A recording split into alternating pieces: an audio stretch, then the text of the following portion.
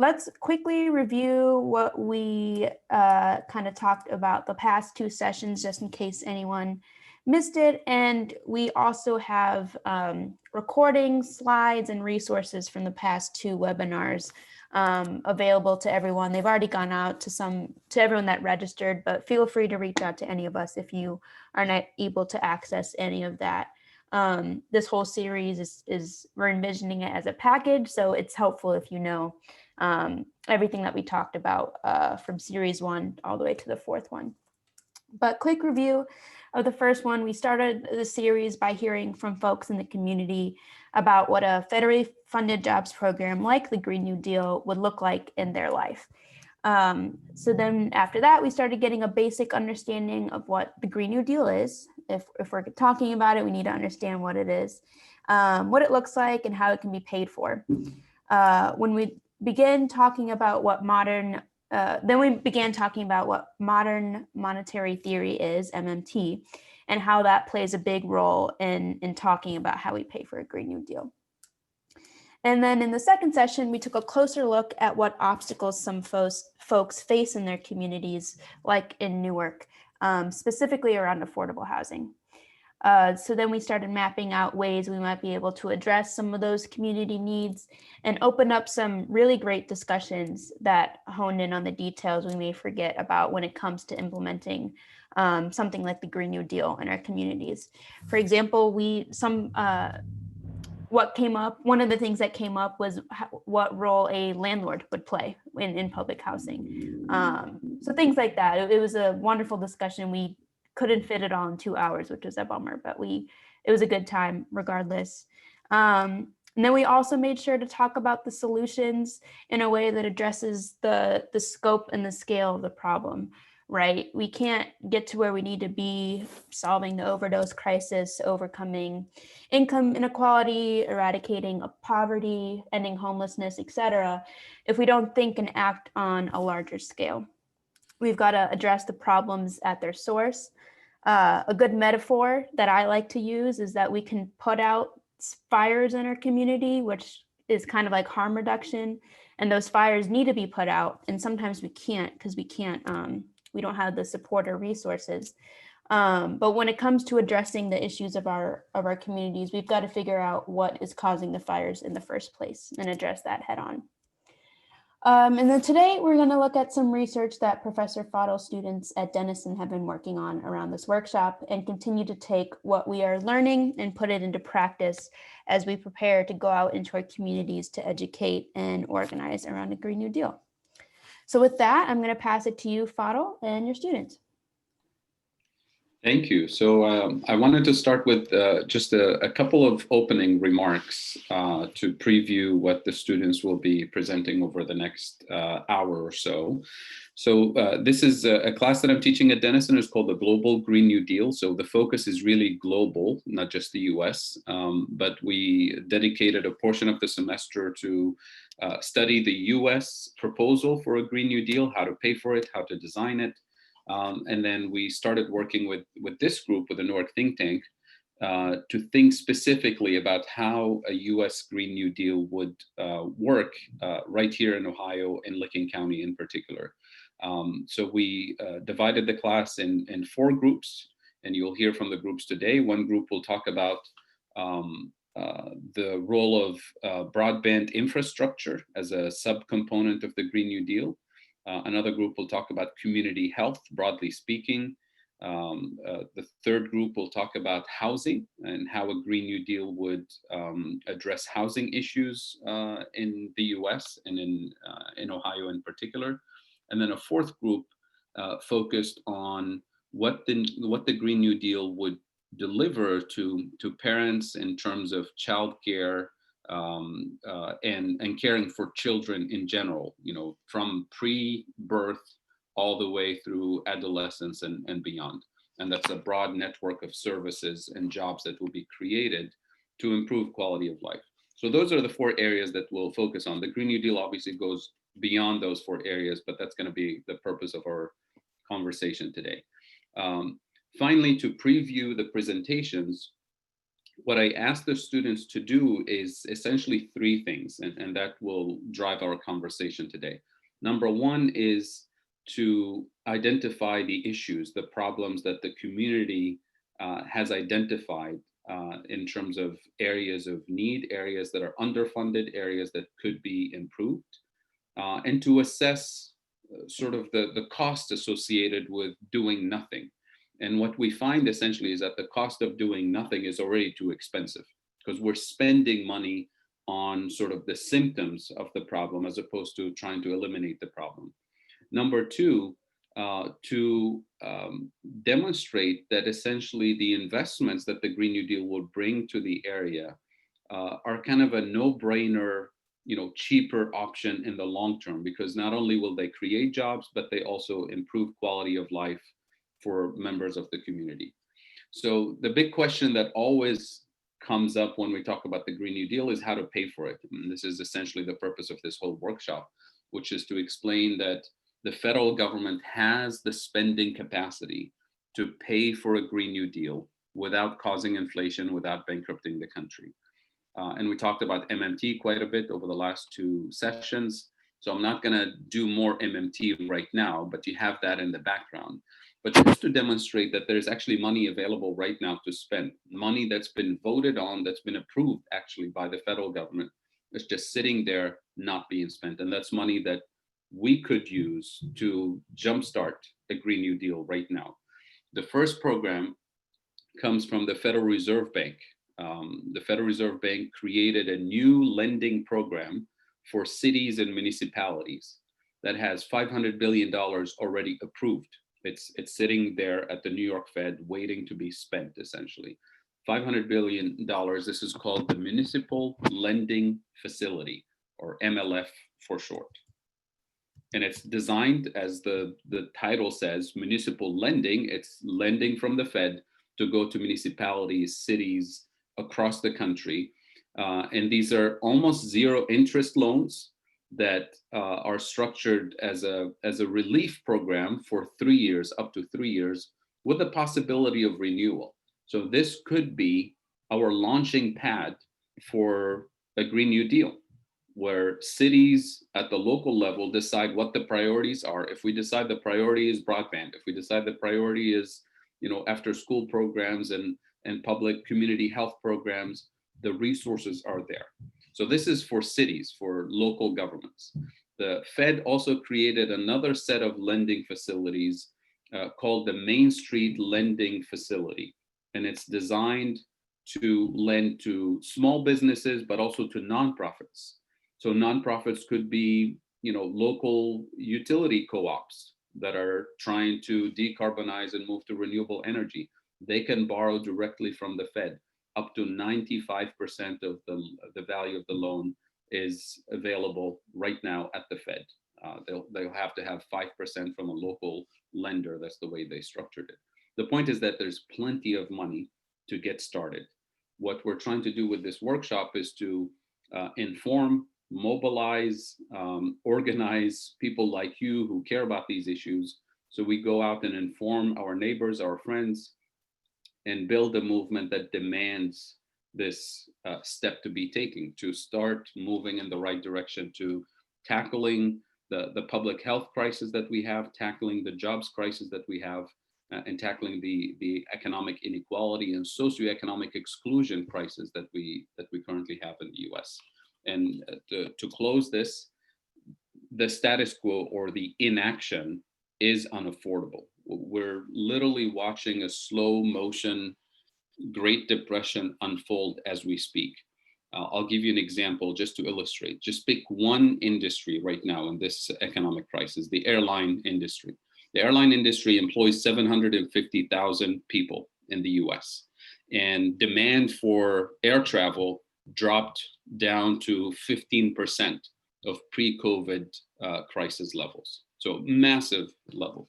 Those 750,000 jobs are directly employed by airlines, but they support another 11 million jobs across the country for hotels and car rental and airport workers and catering and all of that. 11 million people. And so far, over the last 6 months or 8 months, those workers have been supported by federal relief funds that expired this month, which means as those employees are being let go, furloughed by the airlines, they're going with no income, which means there's going to be another 11 million people in this country who are not able to pay their mortgages. They're not able to pay their rent. So we're looking at a massive avalanche of evictions, foreclosures, people not being able to support their kids. And of course, because in this country we have healthcare that's attached to jobs, we're talking about people not having access to healthcare.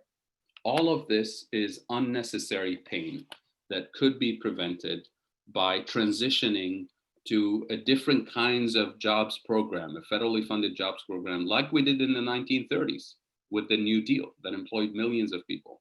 So just to give you an example, today in the US, we have elderly people who are recipients of Meals on Wheels program. That program is underfunded, understaffed, and could be, brought up to higher standards. At the same time, we have thousands of airport food preparation employees who are going unemployed. So what we're talking about when we talk about a just transition is to take workers as they are, where they are, and figure out a different way to employ them with the same skill levels to serve a different purpose. So that could be a massive Meals on Wheels program delivered to you from your local airport. Right? That's just one example. So we need to be creative. Singapore, for example, I'll close with this example. This is what they've done with their airline employees during the crisis. They said, you can't fly, but you have skills, and your skills can be used for contact tracing. Your skills can be used as, COVID-19 hospital staff, not medical staff, but staff that can, do triage at the airport. So they did quick retraining program. They called it labor redeployment program to transition airline workers into other purposes to meet the crisis. And the advantage of this, the next time you have a public health crisis or another pandemic, you have a small army of pre-trained contact tracers ready to deploy, essentially. So we need to be creative. The money is there, the resources are there, and the need is there. So with that, I'll lead into the presentations of the students. So we have the first group speaking today is, and I'll have to either look at my notes or whoever knows that they're first. Can't remember if we decided housing will go first. I think it's the broadband group. Housing is first, and then children. No, I think housing is first. Yeah. Okay, I can share my screen. Yeah, if you could introduce yourself and your group and share the screen, I think you have sharing privileges here. Yeah, let me see if I can.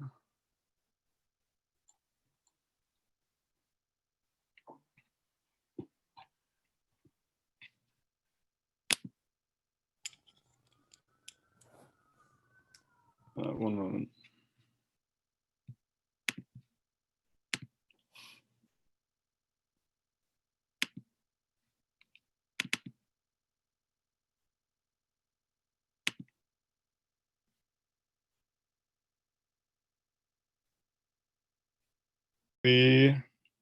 Thank you all for joining us today, and thank you for hosting this webinar as well.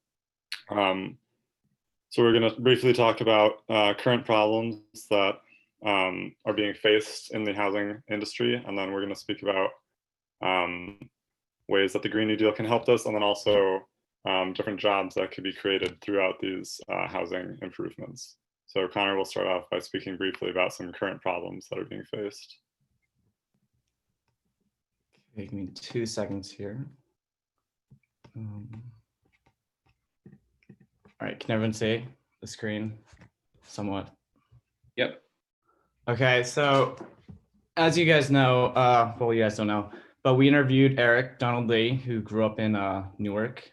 He's 65 years old, and he has lived in New York, Ohio his entire life. He grew up in poverty and in every low socioeconomic level. He also spent a majority of his life in prison, almost about 20 years. So he was saved by the 12-step program, and about 18 years ago, and allowed him to rejoin the community and become a productive member. This program was a Second Chance Network, originated within his church.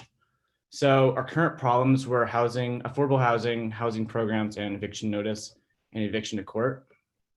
So landlords operate as quote unquote slumlords, which these same landlords own a majority of the houses, and a handful of these landlords had reputations as slumlords. And the housing stock, the houses are worn out now. The rent is increasing over the years for 20 years, 20-year-old houses that have mountain of issues. People fight to stay them, and 2 or 3 families' names are on the eviction notices. And most of these houses were built in the early 1900s with little to no renovations. And according to apartments.com, properties under the low income filter were unavailable. So, and as you know, these were built in the 1900s and most in the 1970s, and on an average cost of $900, excluding utilities. So, and these high utilities were due to the age of houses, and the average price for electricity is 13.4 cents. And in the Cleveland, Akron, Lorraine metropolitan area, residents of older homes are paying 2 or 3 times higher.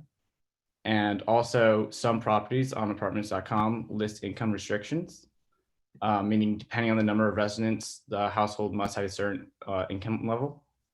And residents of older homes that have been renovated for energy efficiency are paying 2 and 3 times. So, and then, my bad. And then housing programs. So housing program basically sets standards for quality of housing stock and as much rent and how much rent should be. The landlords ignore these guidelines and sometimes refuse to accept the subsidies from the Metro program. And so the HUD, PIPP, and the Metro subsidies are available for residents under national poverty guidelines. The HUD is the U.S. Department of Housing and the Urban Development, which administers federal aid to local housing agencies that manage the housing for low-income residents at rents they can afford. And also the PIPP is a percentage of low-income payment plan, which helps eligible Ohioans manage their energy bills year-round. And these payments are based on a percentage of household income and are consistent year-round. In addition, Ohioans who fall at or below, 150% of national poverty guidelines qualify for this energy assistance program that subsidizes energy payments. Basically meaning if you heat your house with electric, your monthly payment is 10% of your household income and 6% if you heat up with natural gas. So these eviction notices in eviction court, which were frequent evictions, and they appear on background checks. And these background checks have eviction history, where you live, and basic control by the slumlords, which ultimately increases in homeless population and drugs. So it didn't have much of a safety net. And few landlords will accept applicants with eviction records, which landlords often took advantage of low-income residents and their government subsidies. Evictions are issued frequently and immediately if a tenant is late on rent. And these evictions then appear on background checks for future rentals, which deters landlords from renting to them. And this is displayed in the income restrictions on apartments.com, saying how much someone needs to make before they can qualify for the low income housing, and ultimately perpetuating the cycle of housing crisis. And then, so in this graph, it just shows the age of homes, basically a percent of homes created during those time periods to show the cost of affordable housing. So it'll cost more to repair these homes in Newark because they're getting older and more run down. And as you see from the graph, many New York homes are extremely dated, with only 8% being built in the last 20 years.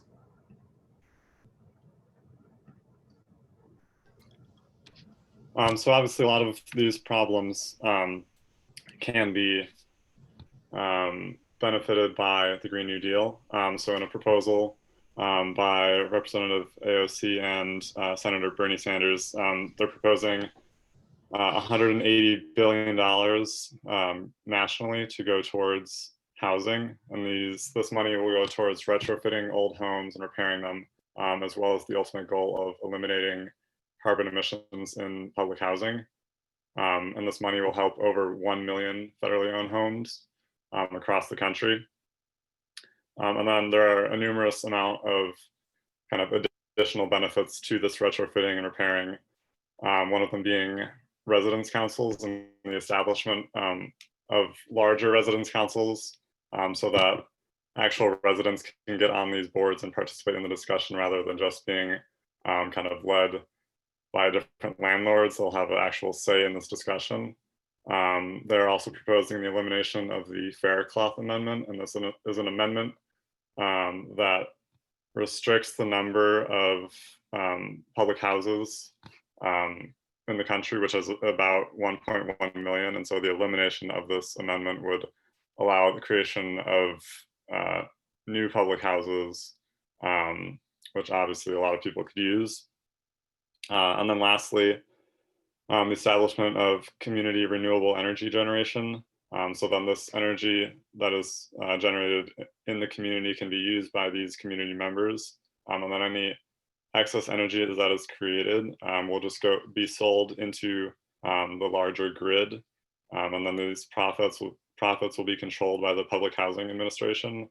And so that money can then go back into the community to help kind of further this investment into the public housing. Okay, I'm going to talk about some of the benefits of having the Green New Deal come through and create some jobs. Currently, on Data for Progress, which is a good website to access a lot of articles about Green New Deal projects and implementations. They say that there'd be about 250,000 good paying union jobs that would be created per year, and these would mainly be in manufacturing sectors for low cost public housing, maintenance and construction. And there'd also be a lot more jobs created for construction of greener, cheaper housing for lower income levels. And then on the bottom is a chart that we took from MIT's living wage calculator for Licking County, Ohio. So as you can see, it's really hard for people with children to be able to find a good living wage, because even with 2 kids, like, and you have 1 adult working, you have to find a $25 an hour job. So the job guarantee program would bring in way more jobs that pay wages that are closer to that 15 an hour or higher, to make it easier for people to afford to live.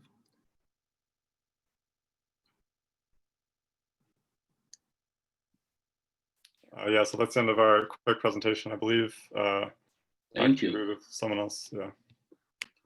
Yeah, thank you. So, Mona, do we want to take questions or comments from participants, or do you want to do all 4 groups and then do questions and comments? I think let's go through all 4 and then we'll have an open discussion. Does that sound good? Yeah, thank you. So Awesome. The next group, if you could share your slides. Right, good morning. We're the children's group. So this group focused on issues related to childcare, but really caring for children in general, in the broadest sense of the term, not just childcare. All right, good morning, everyone. Thank you very much for having us. I'm Dan Wilson, and in our group we have Abdallah Barry, Song Zhu, and Greta Levine. Unfortunately, Song can't be with us here today, but he did contribute to the research that we have done.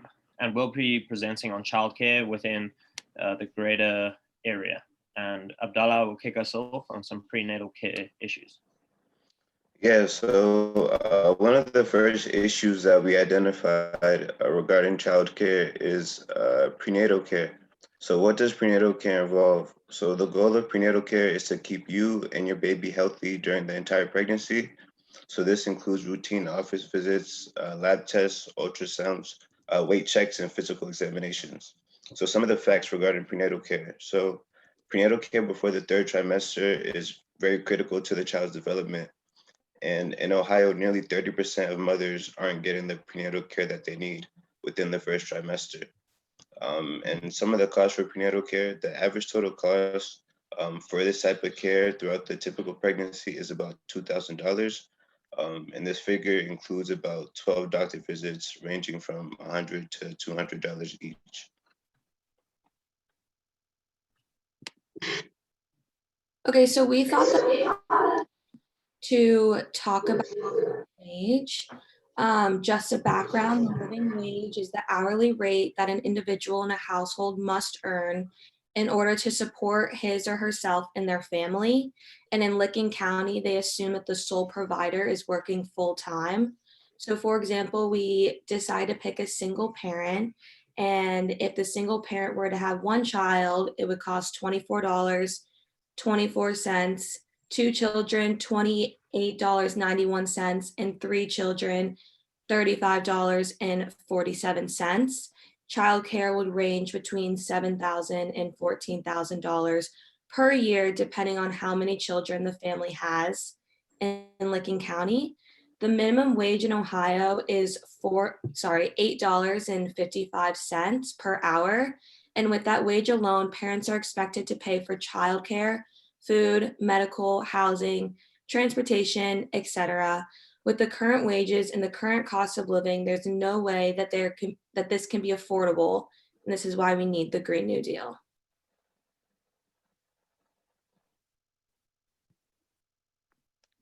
Right. So if we move on to early childhood and towards adolescence, in interviewing some of the members of the community, we found that the area of Newark and surrounding towns currently lack much needed subsidized childcare, which subsequently allows parents to hold jobs more consistently. We found that parents looking after children are less productive and is costing communities and the United States as a whole over $300 billion per year. And so it is important to have meaningful after-school programs such as sports and cultural activities to encourage kids to take the right paths later on in life. And as well, it's also important that there are summer programs to keep children scholarly engaged over extended breaks. And currently, we lack these kind of things in Ohio. So the cost of doing nothing. In the last 4 years, the United States has spent $2.5 trillion on treating issues created by the opioid crisis. This was housing and transportation included, job training and loss of people in the workforce, hospital costs, foster care, court saturation, and addiction treatment.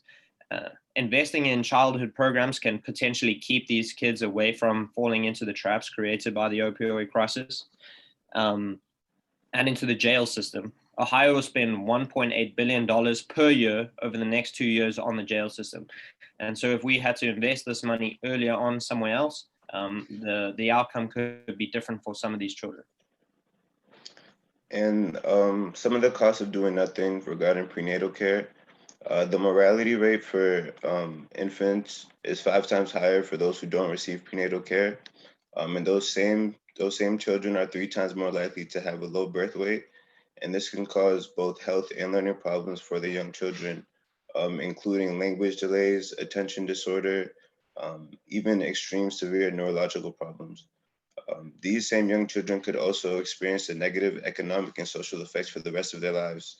And low performance in school can also lead to gang affiliation, children falling into the streets and getting into trouble with the law. So we have come up with a number of solutions that the Green New Deal can provide to help families and children. The main focus is to improve learning outcomes in schooling and helping improve children's engagement, as well as teaching children life skills. It is also important to keep children off the streets so that they can try and limit the drug and alcohol abuse within children. These summer programs can create jobs for members of the community, as well as help children learn and stay safe in environments. The Green New Deal can also make prenatal care more affordable and potentially free for selected families, as well as making information about prenatal care easily accessible for families. We believe that the Green New Deal could offer these solutions to families and help better the lives of children. Thank you. Thank you. Thank you very much. I'm actually gonna jump in here real quick. I think we want to hear from Eric and Donna, just responding to the housing and the childcare part, and then we'll move on to the next two. Is that okay? Makes sense, yeah. Yeah.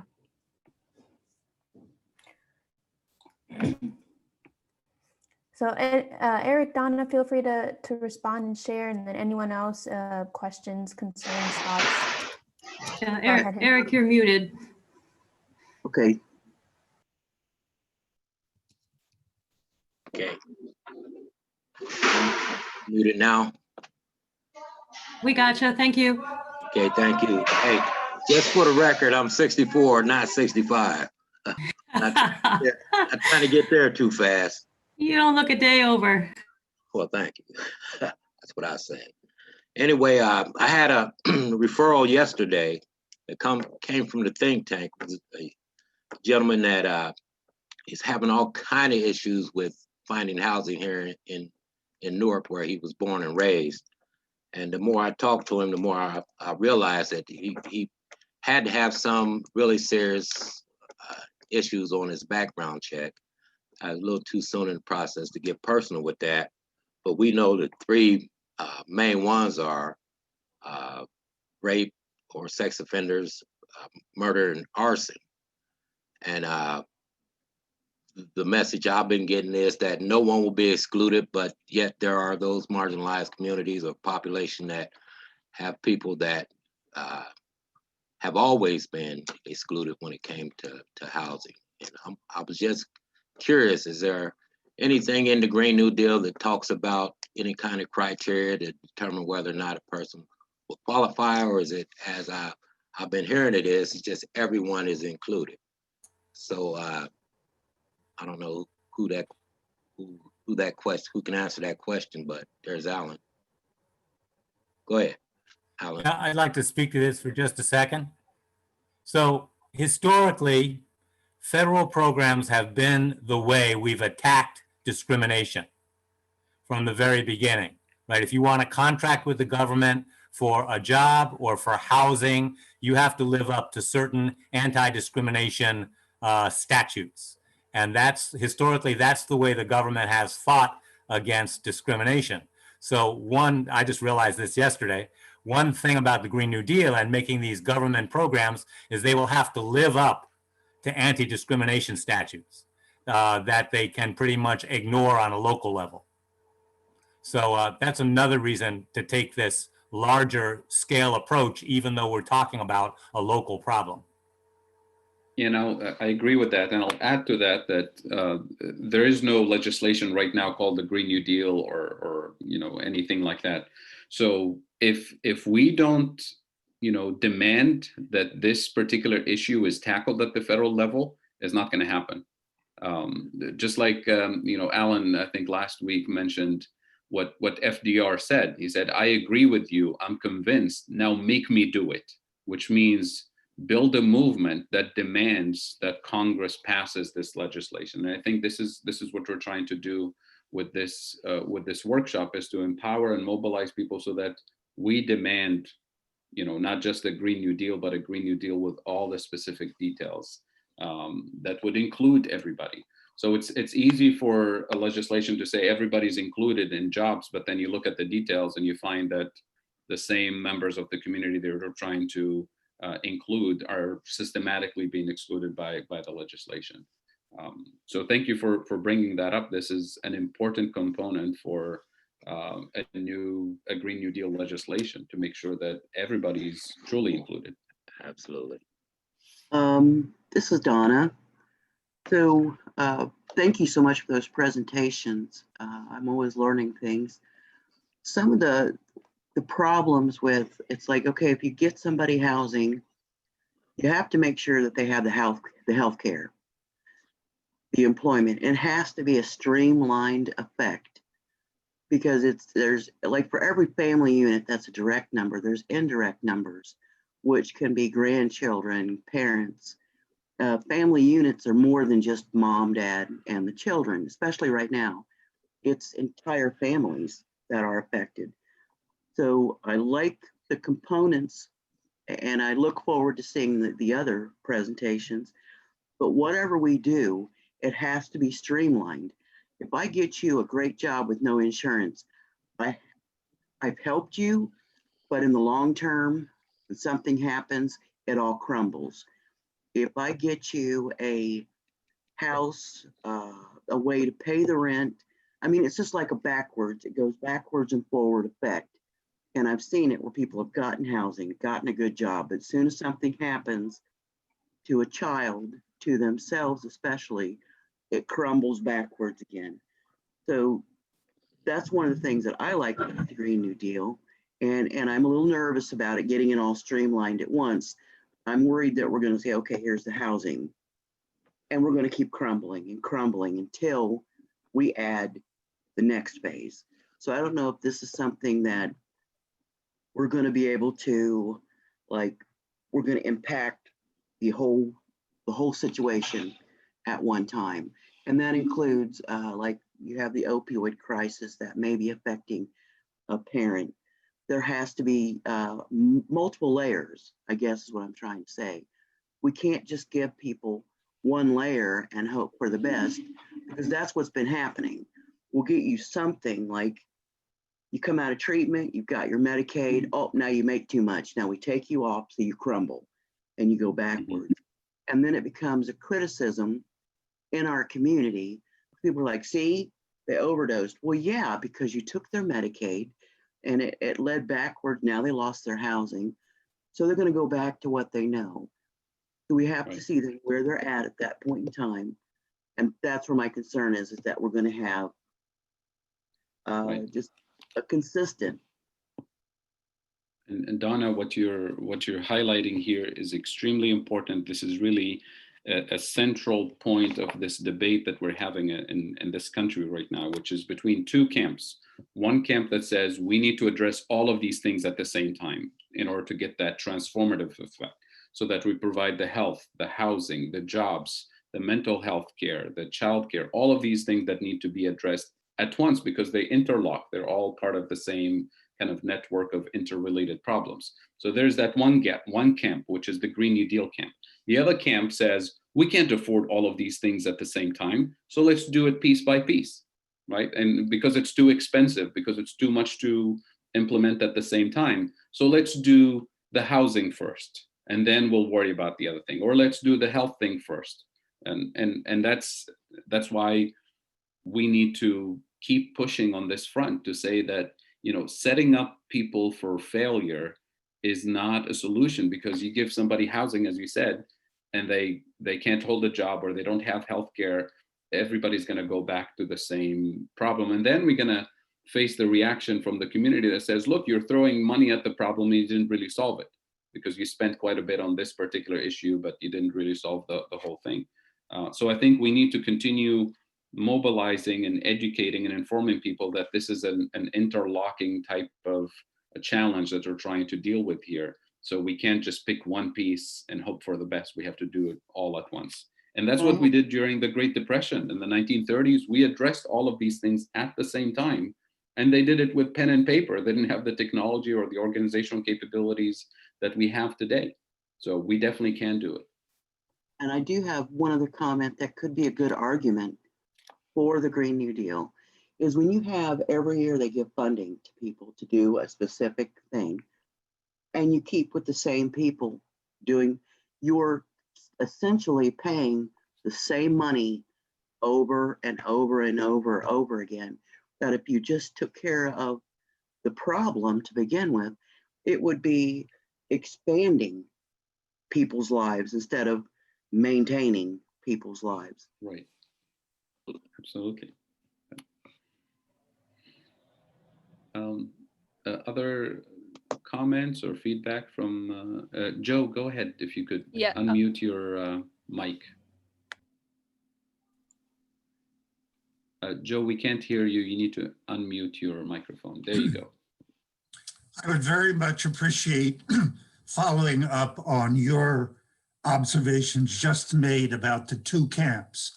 We want to do everything simultaneously, or no, by contrast, we want to start in one or two places and move from there. I'm going to suggest a revision and join those two and say, from my 45 years of experience internationally through the lens of public health, which of course dealt with principally families, their development, maternal and child health care, as the starting point. So no matter which you choose, everything at one time camp, or let's start one place, housing or education, I would advocate seriously for an emphasis at the beginning, no matter which camp you're in, on mothers and children and family health and education and food security.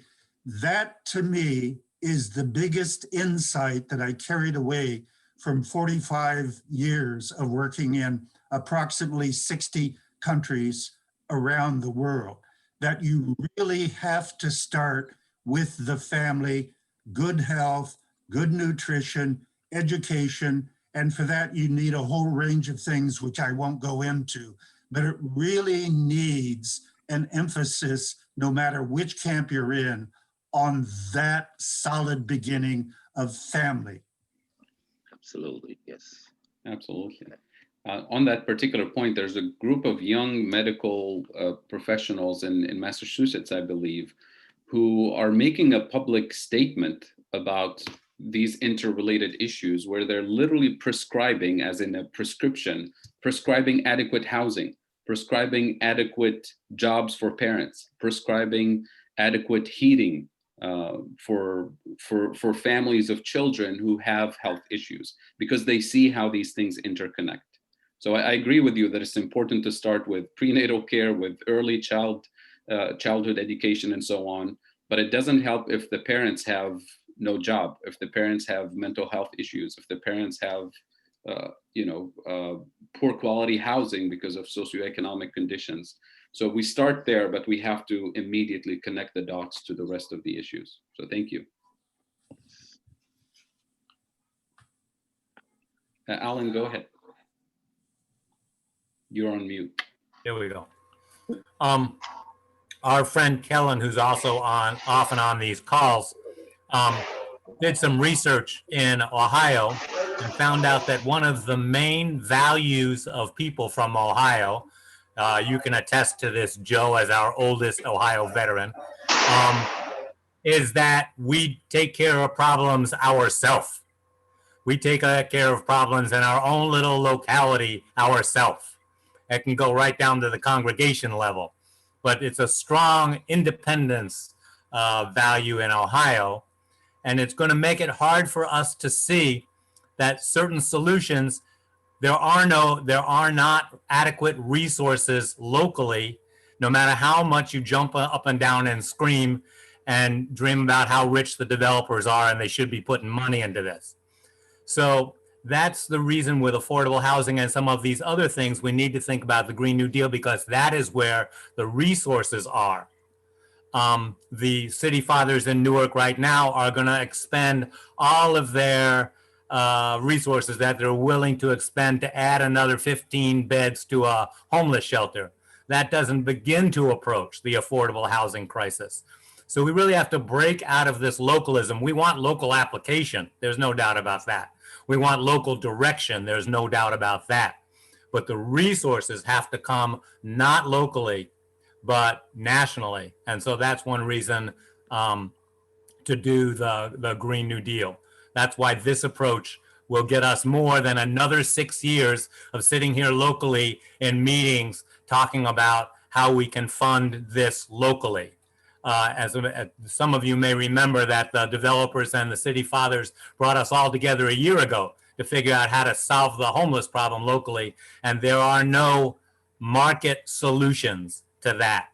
And I just want to add that we did some research into the old New Deal, where they also were dealing in the 30s with affordable housing. And their conclusion on the federal level was this problem cannot be solved with a market solution, right?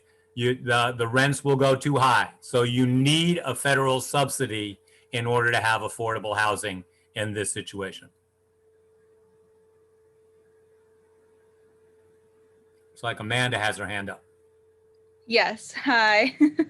I'm not for sure if you guys can hear me, but I have my headphones in. Can anyone hear me okay? Yeah, okay. I can hear you. So I'm kind of new. I am a social work student, so I'm just here to learn and try to get involved within the community. So please correct me if I'm wrong with my understanding to this project of the Green New Deal. But I just kind of want to kind of put a little comment and question into what I might have to say. It sounds like we're just kind of hitting in low areas first to the big areas. I think it might be a challenge to try to maybe reach out to stakeholders about the new Green Deal to try to pass some type of policy and bills into place with housing, childcare, etc., to start building up to the new Green Deal policy that we want to put in place. It also seems to me that a lot of like Republicans are part of like stakeholders as well, so that would be challenging as well. And my question is, would we try to work with the stakeholders? And if so, how will we overcome those challenge, I should say?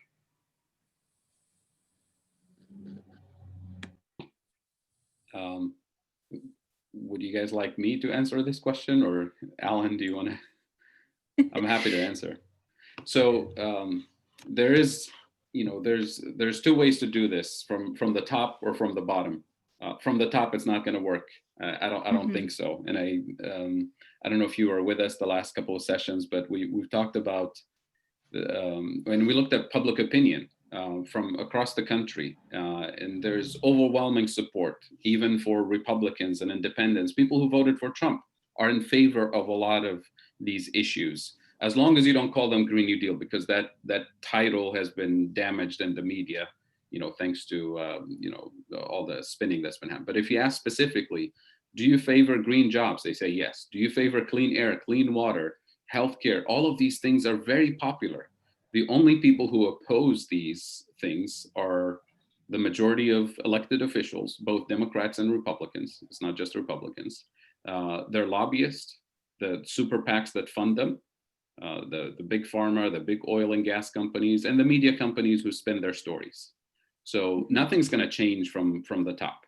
And that's why we're working on the grassroots level, which means, if we want to restore the democratic process, a government of the people, by the people, for the people, where we already know that public opinion is in favor of all of these things, but we have a blockage in DC of politicians and lobbyists who say, no, you're not going to have it. So I think that's really the core of the problem. And even when you have politicians who want to do it, if you don't have the grassroots movement and support for it, it's not going to happen. So we have to work on multiple fronts. I mean, we may be able to change some opinions at the top with a few, elected officials here and there, but it's not going to happen without their constituents demanding that, this is what the public wants. And if you don't do it, see you at the next election. You'll be unseated. That's how democracy works. Which would kind of cause a gap in a lot of different services if we just have somebody in power, like some of the stakeholders that would object to it. So I was thinking, like, what ways you can try to like slowly change people's mind, like trying to get the word out, like you guys were saying about telling your neighbors. Maybe on social media would be a good idea. A lot of people are on social media these days, get things out on Facebook, create a web page. There's stuff like that, taking steps to get the word out. There's plenty of resources, and this is again the reason we're organizing this workshop. But to your point, it's really about changing the narrative, because the media narrative about the Green New Deal and all of these things is that it's too much, it's unaffordable, it's a slippery slope to socialism and all of the things that you hear in the media. And what we want to do with this workshop is empower people with the knowledge to shift the narrative. So when they say it's unaffordable to do this and we really need the fracking jobs because otherwise the communities will not have jobs and will not have income, we shift the narrative and say, well, wait a minute, you're not really taking into account the real cost of fracking, which is paying for cancer treatment for the next 30 years for everybody in the community. That's unaffordable. Instead, the green jobs that we're proposing are actually affordable. They create living wage union jobs. They rebuild communities from within. They're sustainable, and we don't have to deal with the negative consequences of, health effects of fracking for the next 30 years, because everybody values clean air and clean water and clean soil. So that's how we shift the narrative, and you can't argue with that. But instead, we don't hear that from politicians. Politicians always say, I'm not going to vote for a Green New Deal because we want the jobs. And that includes politicians that most people on this call would, admire on so many fronts. I don't have to name names, but if I have to, I'll name names. Politicians here in Ohio that all of us vote for and admire, and then they get up on the stage and say, no, I'm not going to support the Green New Deal because fracking jobs are important. And we have to call their bluff. Right? We have to push back. Thank you. Yeah, no, your explanation was well. Thank you so much. And again, I apologize. I'm brand new. This is like my first workshop seminar. No, that isn't part of it. Yeah. This is exactly why we're having this, because this is the dominant narrative that most of us who want all of this stuff end up disempowered because we don't have any resources to push back. And this workshop is designed to give influencers and people who care about clean air and clean waters the right language and resources to call their bluff and push back and say, we demand a better outcome. Thank you so much. Thank you. Alan, go ahead. Yeah, I just wanted to say, Amanda, your suggestions were right on point. That's exactly the kind of campaign, using social media, web pages, all of that, exactly the kind of campaign we need to do. And we hope that you'll work with us to do that after the sessions in which we're trying to craft our message so that people will understand it and that we're able to defend what we believe in. So yeah, that was a great suggestion, Amanda. No, thank you, Alan. And you know what? I'm really happy to be here, and I don't know why I'm really excited. I like to be part of the community as much as possible. But I've been here in Newark for about 4 years, so I'm kind of new in the community still. I'm from Cleveland area. Grew up in Cleveland, so I'm kind of stoked to try to get involved. So if there's any suggestions or anything I can help with, any task, please let me know. I want to be a great advocate. Wonderful. And I really appreciate Alan getting me involved in this. So I reached out to him. So thank you, Alan, for having me in this. Okay, thanks for being here. Thanks. Amanda. Yeah, we'll make sure to get you plugged in and everyone plugged in as soon as we can. And great conversations, everyone. I'm going to try to keep us moving along here. We've still got 2 more student presentations and more fun stuff ahead. So keep the questions coming, throw them in the chat if you'd like, and we can get them answered, or comments, anything that comes to mind. But I'm going to go ahead and pass it to Fado to continue the student presentations. Yeah, please go ahead and share your slides. Forget who's running the next group. Alan, would you mind, or not Alan, Quinn, would you mind sharing your screen? Give me 1 sec. Here we go. Share screen. I'm a part of the community health group with Ali, Quinn, and Reeves. And a little overview of the presentation today. We're going to first just talk about funding and see some of the statistics with the current funding. And then Quinn and Reeves are going to be talking about the alternative solutions and the benefits of those solutions. And then Ali will be closing with how we can enact some of this change. So the current funding for community health. For the Department of Health and Human Services, approximately $140 million is given to the state of Ohio for opioids. And with that, most of that money is for treatment centers rather than preventative care, which is kind of what we're looking to change. State source general revenue fund for Medicaid funds around $11.8 billion. And $90 million of combined state and federal funding is given to reduce infant mortality. $250 million is allocated to behavioral health care, and $15 million of that is provided for behavioral health services in schools. And then $72.2 million is appropriated for statewide treatment and preventative initiatives. And $18 million of that includes K-12 prevention education initiatives.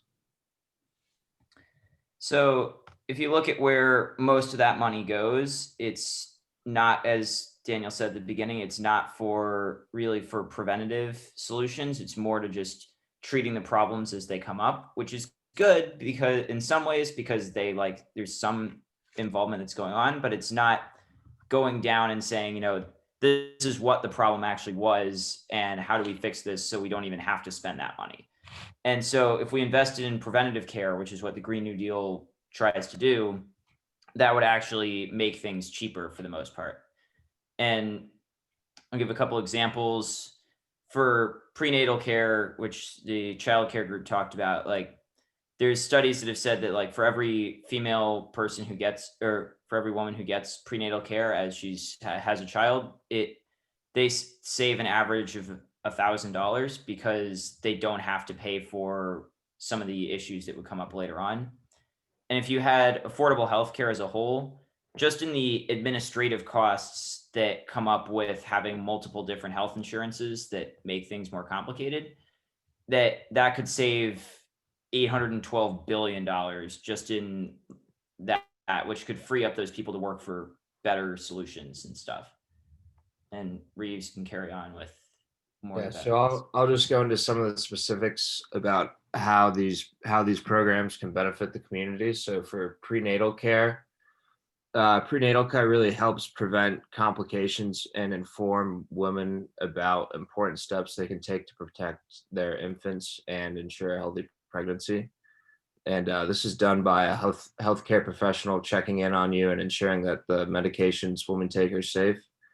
And this is also that same person encouraging a healthy diet, avoiding exposure, and making sure that person avoids exposure to potentially harmful substances and promoting exercise as advised by a healthcare advisor.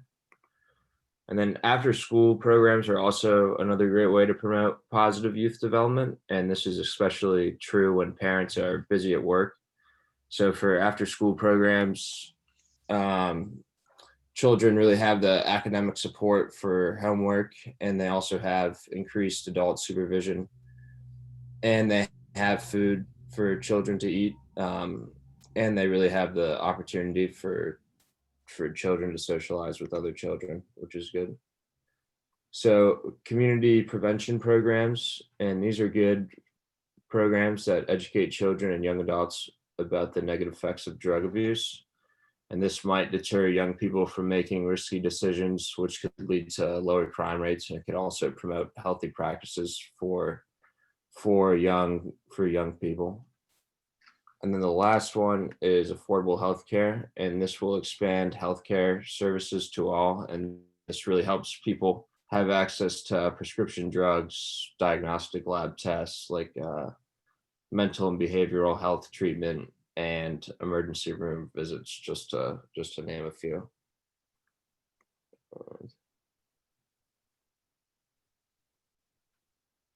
So implementing preventative care would be able to provide jobs for unemployed individuals who suffer health issues due to lack of sufficient funds. And under the Living New Deal, which was the Works Progress Administration, started in 1935, it put 8.5 million Americans back to work after the Great Depression and was later terminated in 1943. And during this time, 32 million home visits occurred during the Great Depression. So people who were sick and couldn't care for themselves, they would have people come into their home and make sure that they were receiving the proper medication, treatment, as well as caring for their families as well. And implementing this would allow for health issues to be tackled at an early age, even prenatal, which will reduce the possibility of children dealing with health issues when they grow old. And paying for treatments, medications, and care is very expensive. And as Quinn mentioned earlier, if we make the proper changes targeted at improving the health of children and before the issue arises, there will be a great reduction in these costs. And investing in preventative care is far more cost effective and reduce the hidden costs associated with treating those with health issues. So in addition, would provide an abundance of jobs going towards caring for the sick or those affected by health related issues, and will open up new opportunities, which will open up new opportunities who could give jobs to the unemployed while also providing treatment and care for those most vulnerable as well as their families. And this greatly improves the financial burden, which therefore affects, health issues like stress related and fear. So I think that's the end of our presentation, our sources. Thank you, Ali. So let's, shall we move with the next presentation and then do, two at a time? So let's do the final presentation on broadband infrastructure and then regroup for community feedback and conversation.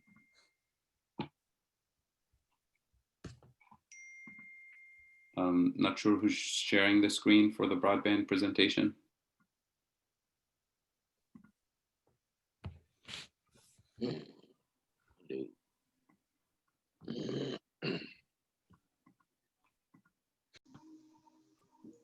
Okay, do you see the slides, everybody? Yes. Okay. Just let me know when you want me to click next. Okay, thank you.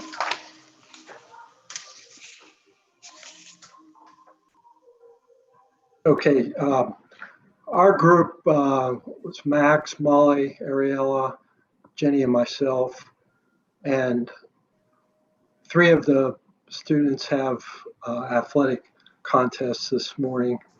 So Jenny and I are presenting our information.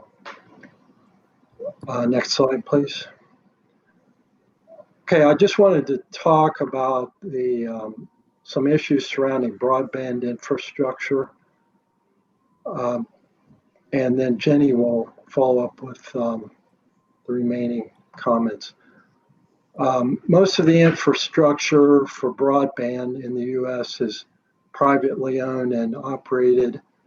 And as a result, there's a digital divide between rural and urban areas, generally in nationwide, not only just in this region. Because it's too expensive for private firms to build access into rural areas, it's more risky and has lower population density, and some of the older residents are less likely to subscribe. And the COVID-19 pandemic has highlighted this disparity with requiring people to have access to online education, online telehealth and telemedicine, and commerce. So broadband is certainly access is certainly a key to just living in the 21st century. It will require sustained public investments and public-private partnerships. But once built, the infrastructure will last well into future decades.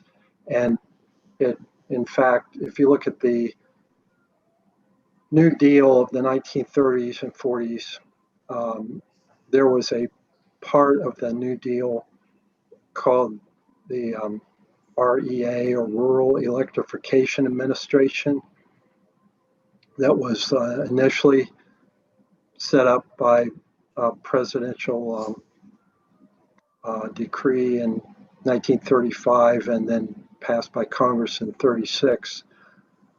But in 1936, nearly 90% of the farms lacked electric power because the costs to get electricity to that last mile, so to speak, were prohibitive for private firms. So there was no way the private firms would be able to do this. This makes it very analogous to the current broadband situation when you look at electrification of rural America during the New Deal.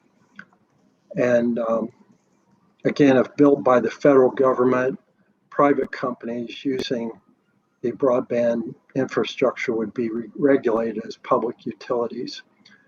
And I also wanted to comment that the New Deal ideas and programs were considered dangerously radical in the 1930s, just to comment on some of the political ramifications to think about for today. But the ideas and programs of the New Deal became the essence of respectability in the 1950s. And by the mid 1950s, New Deal programs such as Social Security and unemployment insurance have become the very definition of political moderation. And so hopefully that could happen again as well. Jenny, please go. Good. Okay, so yeah, thank you, Larry.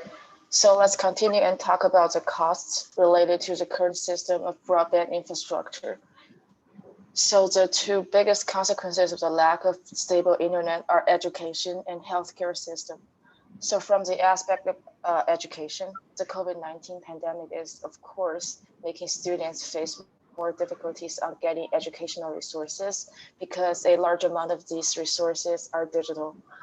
Lack of broadband access means some students need to do their homework in cars near school where there is Wi-Fi access, and furthermore, causing an educational gap because some students in rural areas do not have a computer and will never learn digital literacy, which is a necessary skill in the 21st century.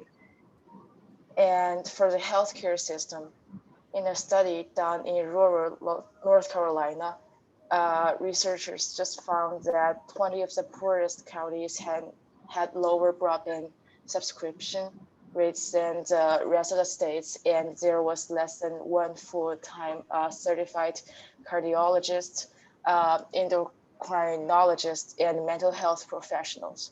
So these professionals in the region face connection issues with their local patients. And this region is also where residents suffer from a higher rate of heart disease and respiratory illness than any other of counties in the state. So more people are dying in these areas due to lack of access to healthcare and broadband. So they're just simply unable to get service to call 911 in a medical emergency. If the broadband infrastructure was improved, then people could make use of telehealth appointments and receive more medical care. So keep talking about the healthcare. Sorry, it's still the last page. Yeah, thank you. So keep talking about the healthcare costs. Another report shows that 60% of the healthcare facilities outside of the metro areas lack broadband access. So these areas that have low rates of home broadband and higher average rate of mortality from cancer and other disease and are called double burdened counties, a name given by the researchers. So developing initiatives that work with the FCC and medical centers to get broadband to rural areas will significantly improve local residents' quality of healthcare service and reduce the mortality rates from several certain kinds of disease, such as cancer and heart disease. So next page, please. Thank you. So, and for the benefits of broadband infrastructure of Ohio are obvious. So bringing broadband access to rural Ohio will generate a $1 billion annual increase in GDP and lift tens of thousands out of poverty. Replacing the decrypted copper with last mile fiber optic cables extending directly into each of these 340,000 households, along with required addition to the existing middle mile fiber, would deliver a more than 30 years solution to the digital desert and create more than 6,000 jobs. So the broadband success includes everyone, includes some of the neediest people. Some people may be illiterate or disabled and require special voice activated computers. And other people are transient and or homeless. So these people who can be especially benefited from the broadband by having access to job search and even a remote job opportunity. So for people who are renting houses, it will be necessary to work with the owners of the rental property rather than assigning equipment directly to the renters. And also, appropriate equipment must be delivered to people according to their needs, such as special training for the digital illiterate people. And for broader access of the internet, other location includes social service and social service agencies should be able in order to spread out geographically in the area. So given all these above needs, the following types of jobs will be created, like social service, as known as like social workers to assist people who have like problems entering data or navigating internet, and broadband installation technicians, computer installers, computer maintenance and repair, and drivers for equipment, and so on. So unemployed people who gain access to broadband will be more likely to gain employment, reducing the need for unemployment payments, government subsidized housing, drug treatment, and prisons. So after spreading the topic to costs and benefits of the broadband infrastructure, the key solution of this plan is getting more and more obvious. And so the federal government over the last 20 years had provided like 70 billion US dollar in rural telecom subsidies to private telecom companies, which have largely failed in Southeast Ohio and left the area with more than 50 years old copper cables, and this old infrastructure constrains the research and quality of broadband. So seeking further government subsidies and fundings and replace these outdated facilities would be the ideal option for the current situation. And the solution will require sustained public sector capital investments and public-private partnership for supporting what are effectively private utilities. So approaches includes policy and public finance options that deserve serious consideration. So given the tremendous cost and time needed to expand last mile internet access, it is essential to create a staged multi-year strategy. Thank you. Thank you. So we have time for, I think, community members who are going to respond or add their comments on these two topics. Mona, who do we have on queue for this? I believe Jill and Fred. Great. Jill, are you with us? I'm with you. Are you with me? Yes, we can hear you. Yes. Hi, Jill. Thanks for joining us, Jill. You're welcome. Thanks for having me.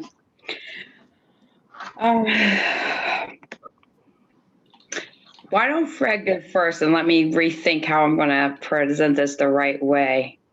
Okay. Fred, you're on the phone with us, I think.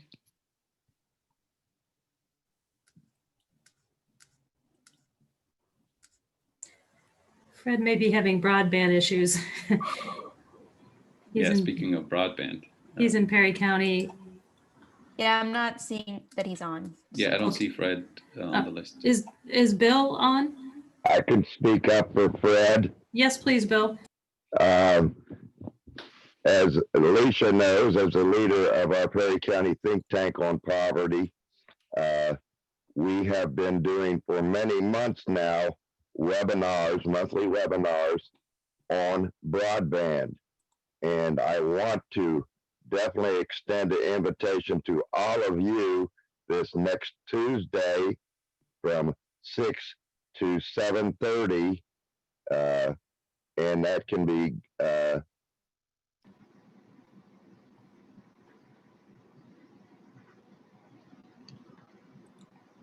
Bill? You still with us, Bill? You're just cutting out, I think.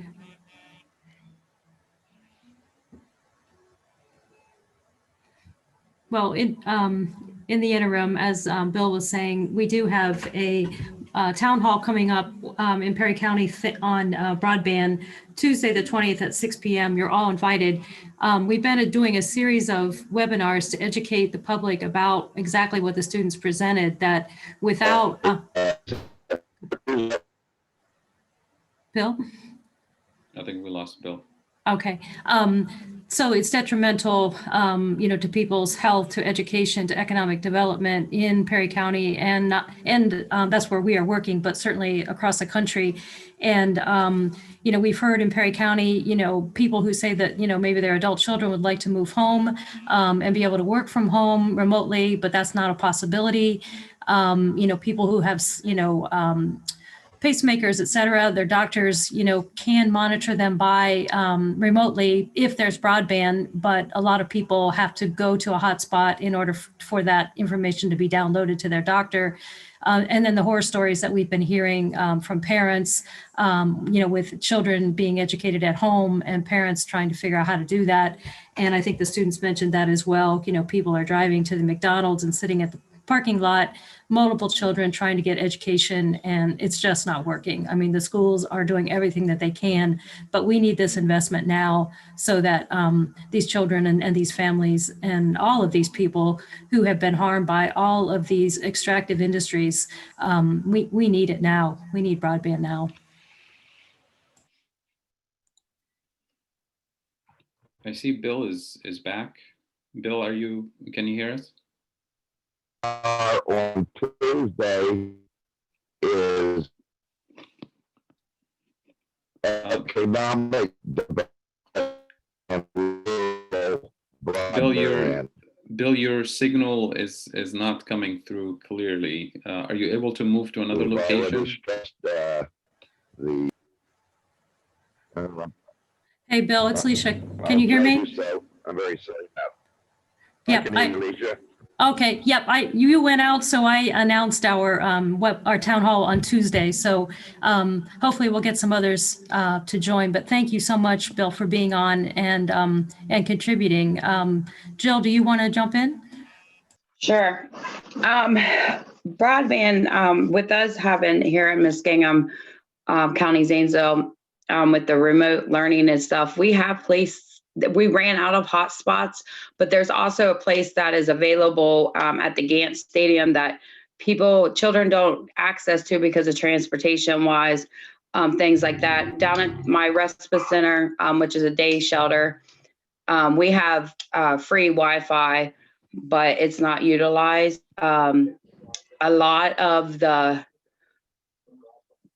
of people cannot afford the phones to even utilize the internet or broadband services. Also, I'm looking to put tutoring and GED and stuff in there, but we got to have the Chromebooks and the equipment to people that utilize that stuff because they do not have phones. Most people experiencing homelessness or in low poverty don't have phones or equipment to do that with, and most children don't. I know one of our schools for the tablets is requiring a deposit of $160 for that. So how can a parent that is working afford a deposit for a tablet that their kid needs to go to school? Is another situation, but they get the money back, when they return the tablet. So there's another bill, added into an expense that's already there. Health insurance here, or the health care here. We're building new Muskingum Valley health centers around at different parts of our area of Zanesville, like to make it more accessible. But people don't see the interest or the need for going to get health care. They just we need more education on things like that down here. STDs is a big thing down here where over 50% of our residents have one, but they're not educated on that. Women's health also, I believe, is a major thing. It needs to be educated, plus men's health after 50 and things like that with prostate cancer and things. It's so hard to get in doctors because they're long waits, just like with mental health. It's so hard to get into mental health down here because we only have one psychiatrist. There's long waits, to get in. That happens a lot, so people go untreated. So my plan to help with this is to bring the doctors and therapists to meet the people, to go to them instead of the people going to them. I feel like it might be easier. They might have the less stigma. And education, I feel like this online stuff, for me as a student, college student myself, I have a hard time with the online because I like to procrastinate. You know, there's always a deadline and I like to rush until the end of it. So I feel like children are not getting the education that they need to deserve, the one-on-one. Some people are visual. Housing down here is horrible. We have no shelter. We got people freezing right now. I had to give them baby blankets yesterday just to keep warm over the weekend. And so I'm learning more education and stuff on this. And thank you guys for taking the time out to explain it to people like me to bring it into the community.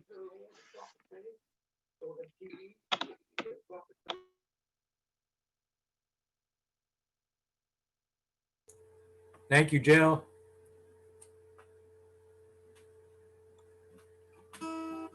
Thank you so much, Jill. And thanks to everyone who shared. We really got to ground ourselves in the community members and everything we face within the community to help us think large. So I'm going to transition us here to the closing out activity that Alan and Fada will eventually take over. But last session, we had a little assignment where we practiced texting folks about the Green New Deal. So what if you reached out to your neighbor, a friend, coworker, etc., and what would be the first thing you message them if you want to get them engaged around a Green New Deal? And we had some great answers. We had something like things as simple as, what are your thoughts on the Green New Deal? And then we had others that were like, imagine if we can create housing and jobs and things like that. Do you want to be a part of it? Just a whole range of answers that allowed people to kind of open the door when talking about the Green New Deal. So with that, you're going to get some pushback. You're going to get some folks that are like, okay, I'm all in. How do I get involved?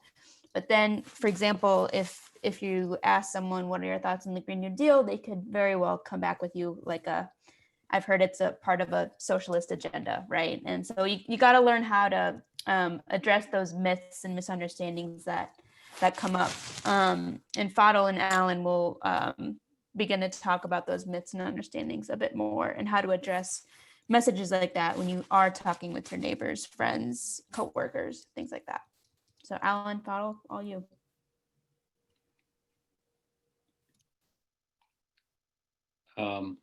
Alan, do you want me to lead with the slides? Yes, I do. Okay. Please. So I'll share my screen. And Alan, why don't you give a preview for the myths that we're going to be sharing here on the slides? Well, this is a new idea, and so obviously there's going to be misunderstandings. To make it worse, the dominant narrative doesn't want this idea, and so they're making things as confusing as possible, putting out false information. So the same few myths keep coming around in people's objections. So we thought we would direct ourselves at them for a minute as part of our preparation to talk to folks.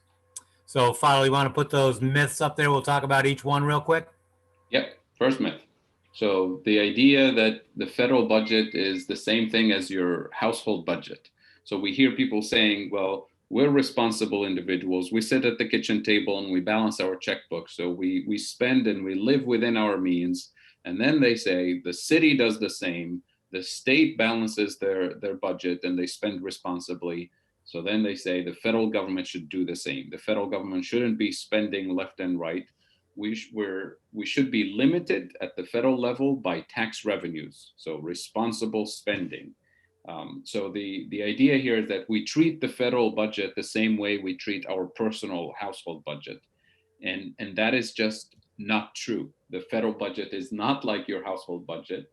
And it's not like the state or city budget. Remember that the federal government is the issuer of the currency, the issuer of the dollar, The rest of us, you and I, are users of the currency, users of the dollar. So you and I have to work hard, earn an income, then spend it. And if we want to spend beyond our income, we can borrow a little bit from a bank or from a friend, but then we have a debt, and that debt is a real financial burden. The federal government doesn't operate the same way. The federal government spends money into existence. And case in point, which we discussed in the last two workshops, the last two Saturdays, example is the CARES Act. Money was spent into existence. $2.3 trillion came out of nowhere, essentially, when Congress approved the spending. So that's what we mean when we say the government spends money into existence without having to tax anybody, without having to borrow from anybody. Same thing with World War II, when we had the Great Depression, miserable economic time. There was no money to be taxed or no money to be borrowed. And then we go into massive spending to mobilize resources for military production for World War II. That's how the federal government always spends. It spends based on national priorities. And we have ways to deal with inflation, to deal with the risk of too much spending, but we're not constrained in the same way as you and I are constrained with our spending. That's why the Green New Deal has to be federally funded, not funded by states or municipalities or local taxes. So Alan, should I put the second one, or you want to comment? just let me comment for a second. So this is a really big one. This one is an immediate reaction right out of something that we've all been told for 50, 60, 70 years, right? So in the next session, we're going to deal with how difficult these are to explain, and people are going to get a chance to ask questions and state their difficulties. So think about these in terms of actually talking to people about them. What blows me away is that if the federal budget is not like our household budget, and we really have much more resources to spend since the budget went off the gold standard in the 70s, if we really have much more to spend, then this is just takes the top off the can, right? That the lid that they've been putting on all of us for the last 50 or 60 years who've been saying we need job programs, no money. We need housing, no money. We need healthcare, no money, right? So these are really, I hate to use the word revolutionary, but they do turn the way we think over. So that makes them really pretty important to this conversation. Go ahead, Fadl. Maybe before we go to the other four myths, can I go to the next slide showing that what we're saying is essentially federal spending is not limited in the way they tell us it's limited by taxes and a little bit of borrowing. But we're also not saying that it's unlimited, right? There is a real limit, but it's not the limit that they're telling us about. Can I do that, Alan, and then go back to the myths? I think we probably should show it to Mona, throw it to Mona, but I think we're probably short on time. Okay. So I think, Fadl, you'll be able to add that in the next session. Sounds good. Okay. So the second myth is that the federal budget must be balanced. Otherwise, we'll go bankrupt and we'll be taken over by China because we're borrowing too much from China. Therefore, we must only spend what we can tax, kind of live within our means. Alan, do you want to comment on this or just show the counter? No, so, once again, it just turns on its head everything that we've been taught to believe about the economy. And I think we just need to be intellectually brave, right, in this conversation about, yes, I'll think about things in a new way for this time. I'll try it on and see if it works. And I think that's the challenge to us, to think in new ways, because they might be true. So what we need to prioritize is balancing the economy, not balancing the budget, balancing the needs of the community, not balancing the federal budget, because it's not the same thing as your family budget. Myth number 3, government spending will cause inflation. And so avoiding inflation is our policy guiding star. This should be the goal, is to minimize government spending so we can minimize inflation. And if you remember from the first 2 risks of inflation, remember what causes inflation, meaning prices going up. It's market power by key price setters who can raise prices because they can. Think of oil and gas companies, think of energy companies, broadband companies who charge you more just because they can, because there's no competition. So those are the real constraints on our spending, is democratizing markets in health and broadband and telecommunication and energy, which is what the Green New Deal is designed to do. And then remember that inflation happens when we have a shortage of productive capacity, when we literally run out of machines and skilled people to produce things, then inflation happens. The good thing about productive capacity is that we have plenty of it that is unused, and we can produce more of it. In other words, we can train people, we can build more resources. In other words, we can push that inflation risk away by spending in the right way and by taxing and regulating powerful corporations so they, to reduce their price setting behavior. Alan, should we do number 4? Yep. Okay. The myth number 4 is the nation is broke. We're going bankrupt and there's no money. And I think that myth is gone out the window after the CARES Act, when people realized that the federal government was essentially saying this just 2 weeks before the pandemic. And then all of a sudden, trillions of dollars appeared when Congress decided to spend the money. So remember the CARES Act, World War II, we don't need to tax anybody. We didn't need to borrow from anybody to spend money on the CARES Act. And what we're essentially saying is we should do this systematically, not bailing out Wall Street, not subsidizing fossil fuel companies, but addressing the real root causes of the problems that we're identifying in this workshop. And then finally, myth number 5, universal job guarantee is communism or socialism. No one will work, and it will be, just subsidizing people to do nothing.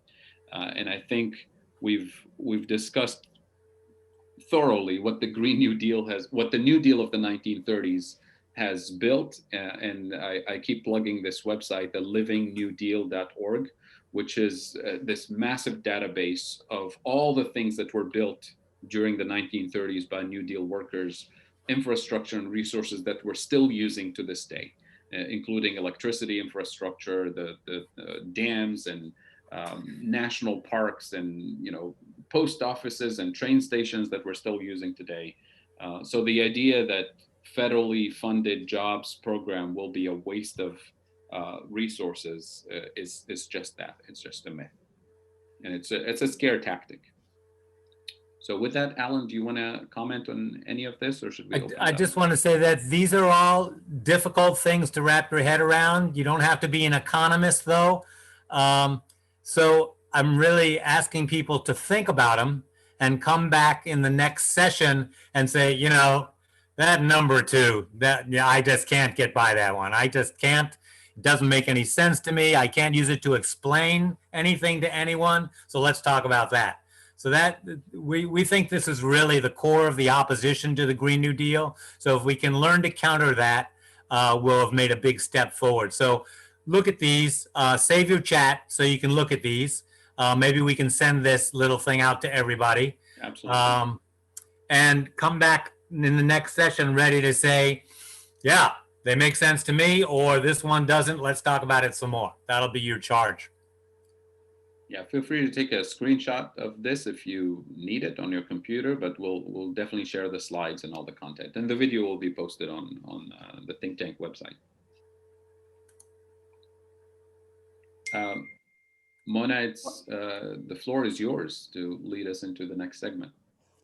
Yeah, I just want to plug in with this. I used to work with Sunrise Movement, so I've done a lot of in the field, getting people engaged around a Green New Deal. And I've heard everything when I bring up a new Green New Deal, from all these myths to like, it's, you're dreaming, it's just not real and all of that. And one helpful tip that I would say when you're thinking about talking with folks and addressing these myths is this kind of affirm and redirect tactics. So say you don't want to get in a conversation where you debate what is communism or what is socialism. You're kind of, when you do that, you're kind of taken away from like the overall conversation of a Green New Deal, right?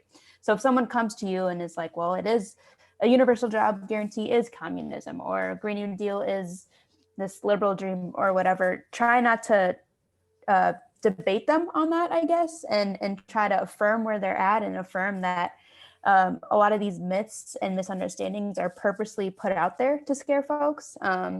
and then try to redirect them on the right path of, let's get back to actually talking about what values the person may have, which is like caring for their family, caring for the community, things like that, meeting them where they're at, and then backing that up with how a Green New Deal federally funded jobs program could provide all of that. So I think so we did have some role playing with that kind of scene. I don't know if we have time for that, or if we want to shift to just open floor questions and discussion. Team, how are we feeling? Yeah, I think discussion might be good. It's sort of the open so, question. Where are we? Where are you all in these 3 sessions? What do you think is lacking? What would you like to see more? Where's your big stumbling block? I just can't get over this debt crisis thing. You know, something. So yeah, now's your time to just throw it out there.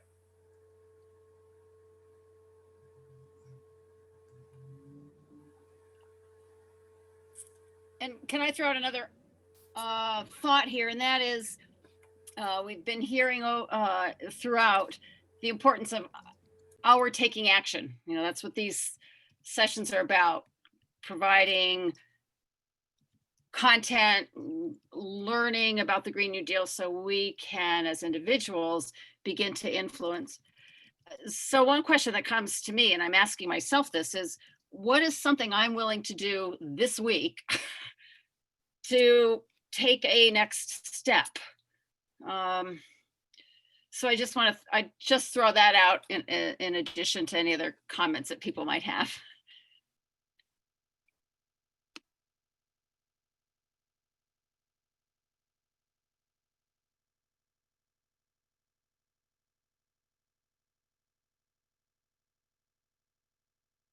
Go ahead, Alan.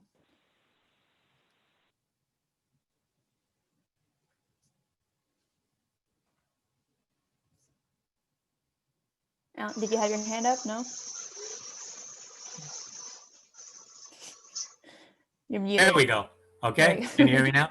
Yeah, it wasn't working there for a second. So let me just call out, Ken and Steve are on this call. We have a very nice diversity on this call. Ken and Steve are our representatives of the engineering community. And you know, engineers are really tidy thinkers. You can't bullshit them, right? They got gravity. They got the stuff you can't argue with. So Ken and Steve, where are your stumbling blocks here? What is it that you feel is the weak part of the argument that you're struggling with? Well, I'll share. Thank you. I'm a process guy, and I like the problem decision analysis approach. And you start with the problem. What's the problem? What's the nature of the beast? What should it be? And you list down what the problem is and what the problem is not. Where is the problem? Who has the problem? What's the extent of the problem? When did it start?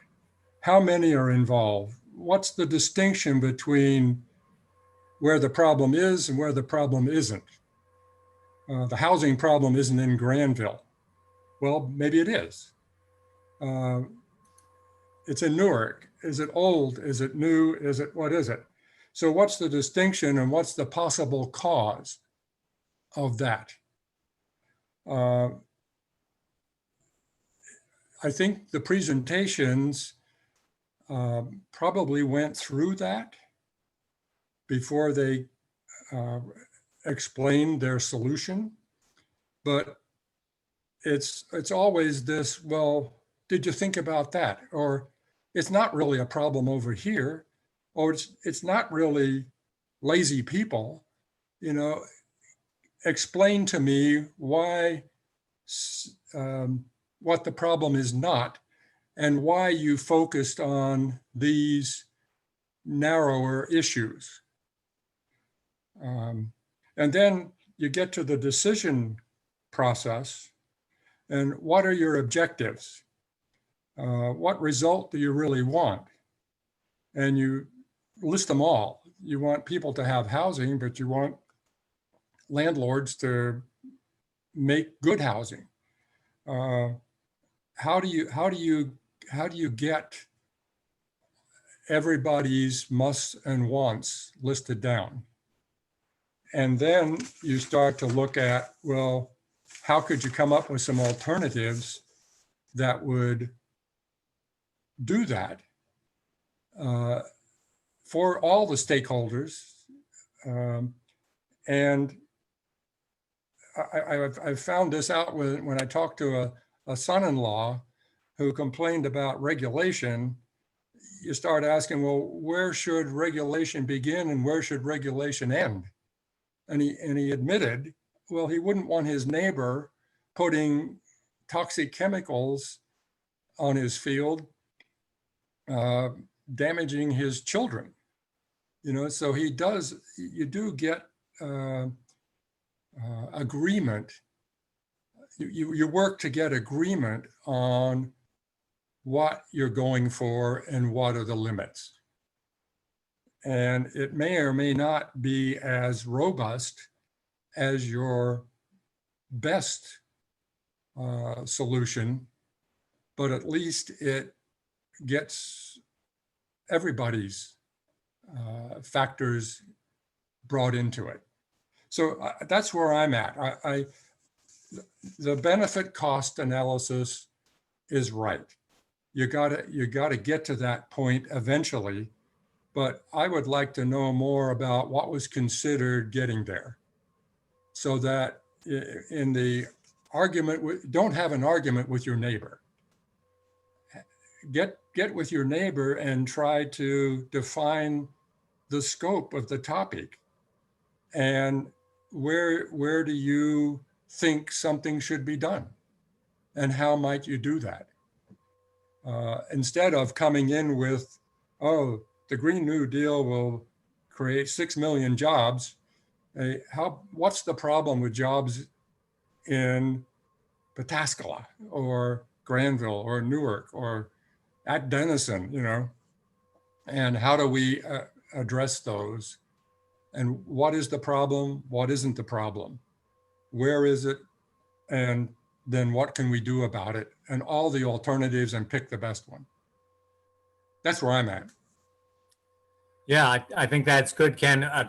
We've been reminded a couple of times that the New Deal, the one from the 30s, was enacted as a series of separate programs. And so what you're saying is that identify the need of the person that you're talking to and then proceed on that discussion rather than something very large and abstract. And what I've found in dealing with my friends who are right-wing ideologues and dismissive of ideas like the Green New Deal is that if you can get them to solving problems instead of reacting to terms, you can almost have a conversation. Yeah. So I really want to support what you're saying there, Ken.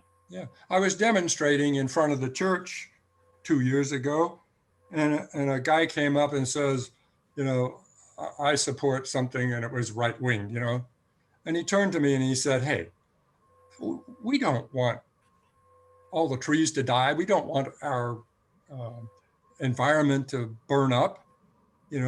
It's just that we don't agree on how to get to a good solution. And so as we talked back and forth, we realized there's a lot of common ground on objectives and goals. It's where do you draw the limits on how much of this or that do you put into it? And he finished up by, hey, can I take a picture of you with your sign? And I said, yeah. And then he left. Mm-hmm. I wanted CJ. to add something into the conversation just real briefly. I placed into the chat a couple of other next things that our team is working on.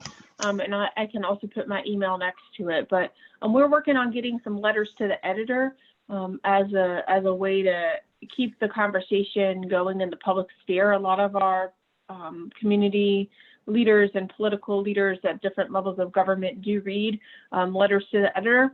and it's one way for us to demonstrate the importance of the conversation in the community arena. So if anybody's interested in that, I'm very interested in connecting with you and helping you, even if you've never done it before. It's a great time to learn. And then, of course, social media.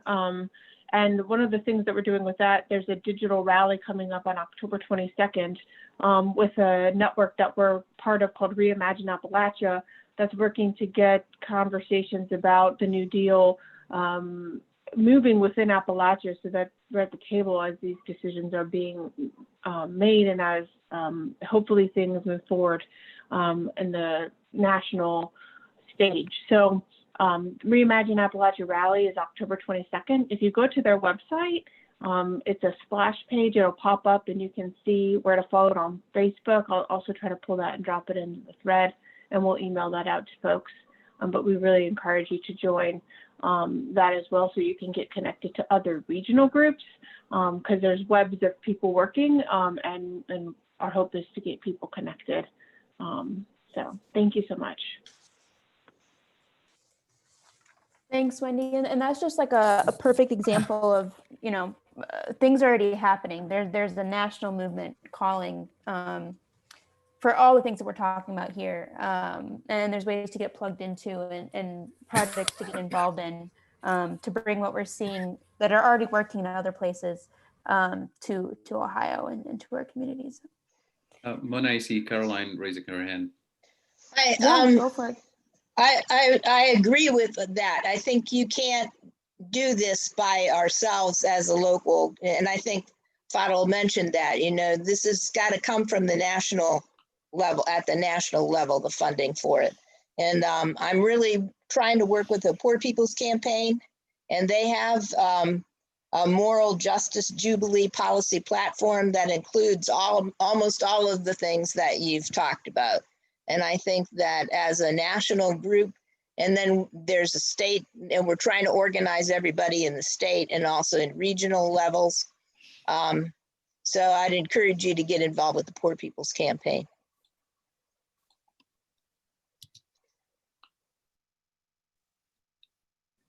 Leisha, go ahead.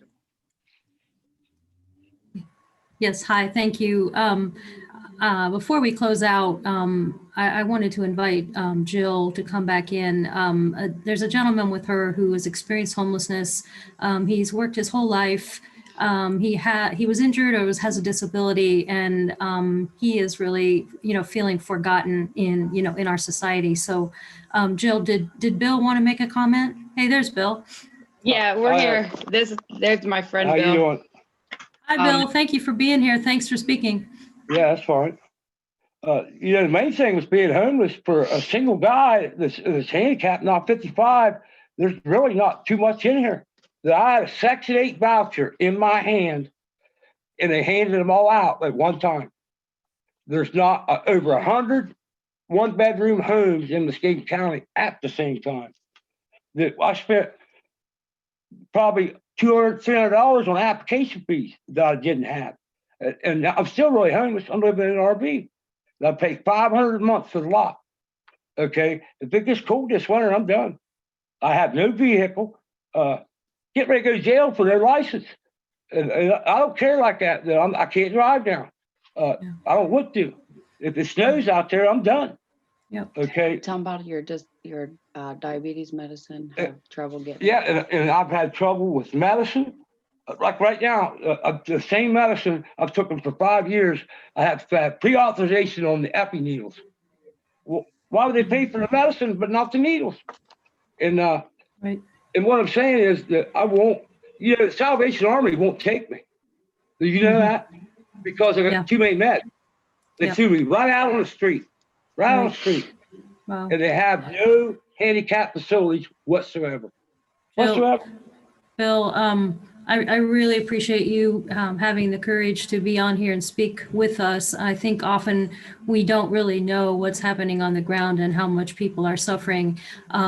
So I think as we're closing out this this session today, we're keeping all of that in mind. And I think, you know, what everyone has said about we need a federal solution, you know, and we could have it now, and it could be much more equal so that everyone, you know, has an equal chance to have a life of dignity and to have the most basic things that we all need. And, you know, it's difficult for people to have faith that, you know, something is as grand as this could change, but we do have the history of the New Deal and what it has done for people and what it has done for the economy and for people's basic human needs at a very difficult time, which is what we're facing now. So I really invite everybody to come back next Saturday.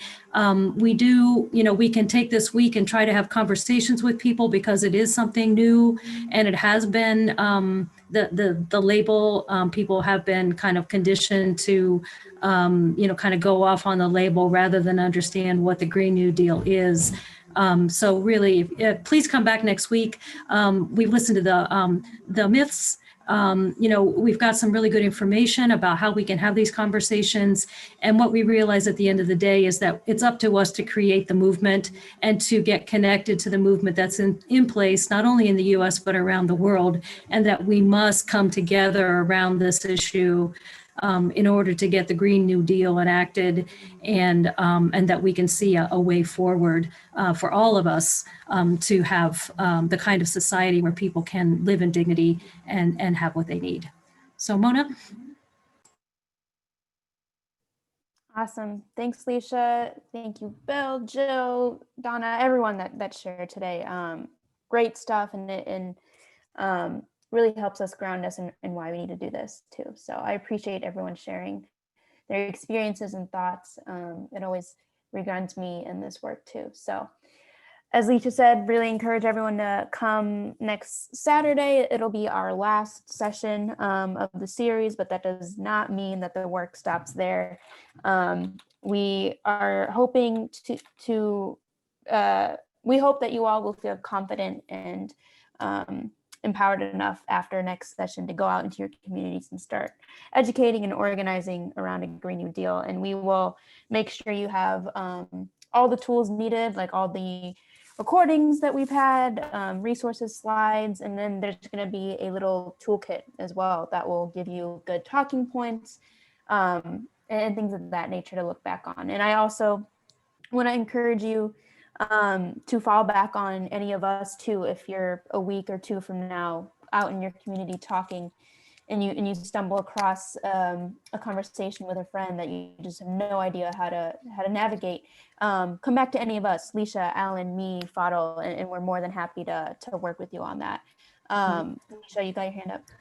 And that's what we want to do. We need to decide how we are going to move forward. We've got one more webinar, but that's not the end of our work. So we need to come back together next week and find out how do we want to move forward. And I really wanted to congratulate Fadl and all of the Denison students. Thank you for your good research. Thank you for partnering with us, and we hope that you will continue to work with us. Yeah, I learned so much today. Thank you for all of that, Fadl and students. And then start thinking, we're going to try to form either like a WhatsApp group or a Facebook Messenger group or something to keep everyone connected and to help kind of lean on each other as we work past these webinars and start doing the work in our communities. So we'll send out maybe a survey or something, but we want to form some sort of group to keep us connected after this as well. Anything else? Question, comments, anything from the team? We good? I posted a link to Alan's Green New Deal song, so check it out. Yes, please. It's a great one. I'll listen to it when I'm really down. But thank you so much, everyone. We will see you next Saturday. I'm not saying that. Take care, everyone. Have a good one. As Bye-bye. long as you talk about it. Bye. You get